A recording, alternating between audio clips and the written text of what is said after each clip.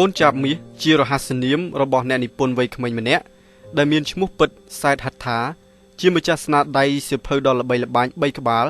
គឺវិញ្ញាសាជីវិតកាដូជីវិតនិងខ្យល់ដង្ហើមបើយើងបង្វិលពេលវេលាថយក្រោយត្រឡប់ទៅមើលអតីតកាលវិញយើងដឹងថាទម្រាំតែហត្ថាអាចក្លាយជាអ្នកនិពន្ធអាជីពបានគឺគាត់ត្រូវហែលឆ្លងព្យុះភ្លៀងក្នុងជីវិតមិនតិចនោះទេរៀនថ្នាក់អនុវិទ្យាល័យនៃអនុវិទ្យាល័យស្នានសាប៉ុន្តែពេលរៀនថ្នាក់ទី7ហ្នឹងបានជិត1ឆ្នាំបានកន្លះឆ្នាំខ្ញុំក៏ឈប់រៀនដោយសារបញ្ហាជីវភាពមួយហើយបញ្ហាធំគឺអត់មានអីជិះទៅរៀនហើយទី2គឺអត់មានលុយចាយហើយទី3យើងបាក់ទឹកចិត្តឲ្យរៀនអត់ចេះតែខ្ញុំក៏ឈប់រៀនតបពីឈប់រៀនមកខ្ញុំក៏ទៅធ្វើការនៅចំការខ្ញុំទៅរស់នៅភ្នំរយៈពេល1ឆ្នាំធ្វើការចំការចាំចំការដាំដំណាំមើលគូមើលអីចឹងនៅជាមួយយាយចាហើយបន្ទាប់មកពេលដែលថ្ងៃមួយនោះពេលដែលជិះកង់មកជិះរទេះគូមកស្រុកវិញឃើញក្មេងៗគាត់ជិះកង់ជិះអីតាមផ្លូវក្មេងសាសាឡាពេលទៅធ្វើខ្ញុំមានអារម្មណ៍ថាបើសិនជាខ្ញុំបោះបង់ការសិក្សាចោលខ្ញុំនឹងអត់មានឱកាសដូចពួកគេអញ្ចឹងខ្ញុំសម័យថាអនាគតពួកគេថ្ងៃក្រោយនឹងបានមករៀននៅភ្នំពេញមានការងារល្អឬខំមួទាំងចិត្តខ្លោចផ្សាព្រោះតែចង់ឃើញគ្រួសារបានសុខមានបានដូចគេកូនចាប់តូចដែលរងាឃ្លាតឆ្ងាយពីផ្ទះសម្បែងបែរជាមានមហិច្ឆតារឹងមាំហើយធំធេងកញ្ញាសែតហត្ថាបានសម្រេចចិត្តពុះពៀបន្តការសិក្សាព្រោះតែគំនិតដែលយល់ឃើញថាបើសិនជប់រៀនអនាគតប្រកបជាលំបាក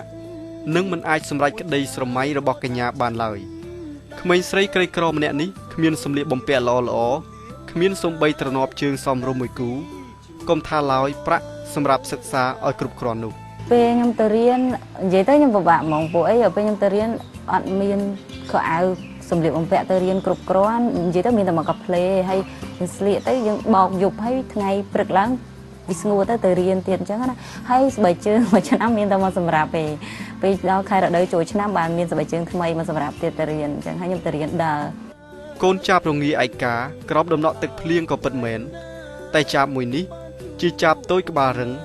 ចិត្តនិងវិញ្ញាណស្រូបទៅដោយមាសមិនថាជួបឧបសគ្គយ៉ាងណាក៏ចាប់មួយនេះនៅតែព្យាយាមហើរឆ្ពោះទៅមុខដោយស្លាប់ទាំងគូរបស់ខ្លួនមិនព្រមបោះបង់ហត្ថាក៏បានរៀនបញ្ចប់ថ្នាក់ទី12នៅឆ្នាំ2013ហើយបានជាប់អាហារូបករណ៍2ជំនាញគឺព័ត៌មានវិទ្យានិងច្បាប់នៅឆ្នាំ2013ហ្នឹងពេលដែលខ្ញុំកំពុងរៀនថ្នាក់ទី12ហ្នឹងគឺខ្ញុំប្រឡងជាប់អាហារូបករណ៍2ទី1គឺអាហារូបករណ៍ច្បាប់ហើយទី2គឺជាប់អាហារូបករណ៍ព័ត៌មានវិទ្យាព័ត៌មានវិទ្យាគឺពិបាកក្នុងការយកជាងគេអាហារូបករណ៍នេះដោយសារតែនៅក្នុងប្រទេសកម្ពុជាទាំងមូលគឺគេយកតែ100នាក់ទេនៅទូទាំងប្រទេសជាសិស្សក្រីក្រហើយមានសមត្ថភាពពិតប្រាកដអញ្ចឹងវាជាឱកាសមួយដែលខ្ញុំអាចបង្ហាញថាពេលនោះខ្ញុំមានសមត្ថភាពដើម្បីយកអាហារូបករណ៍នឹងឲ្យបានហើយ